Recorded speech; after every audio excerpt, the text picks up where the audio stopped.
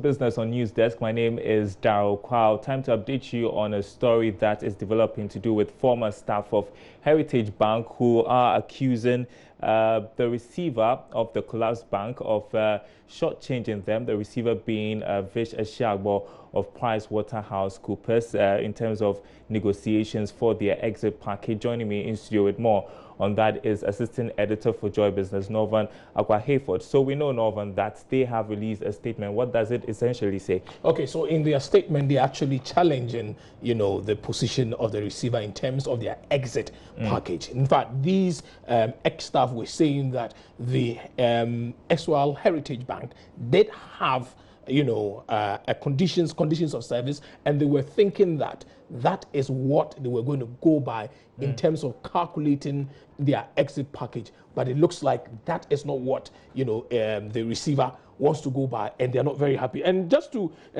take you through the proposal that the staff initially presented to the receiver, that's Vish Ashiagbo. In fact, their proposal said 2 years total annual compensation, basic salaries plus rent and clothing allowances, 1 year access to medical insurance for staff and their dependent, outstanding leave days to be, converted into cash, 75% loan write-off, which means that any amount of loan that they are taking, 75% should be, taken off. Interest on loans to be frozen effective 1st April 2019, and then staff to be given the first right of refusal to buy the bank's asset at 50% of the net book value. And then the last one was staff to be allowed to access their provident fund contributions. So why they're coming out now? You'd have thought that they would have negotiated these terms before the exit. You remember that when the Bank of Ghana announced that they had taken over some 3 banks, their licenses had been revoked, and these banks, their assets, that is good assets and liabilities, had been taken over by the Consolidated Bank, that's CBG now.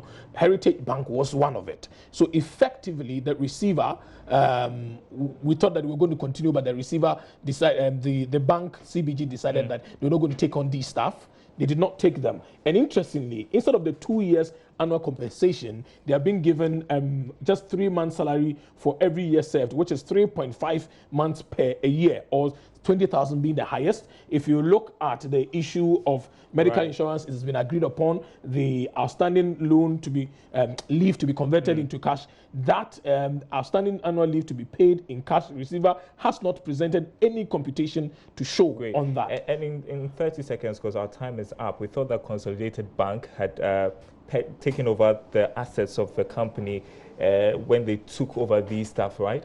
Yeah. Okay, so it means that if when they purchase and assumed, maybe, just maybe, you might say that, okay, it meant that they would take on the staff, right? The staff. Remember that Heritage Bank was not insolvent. I mean, it was a solvent bank.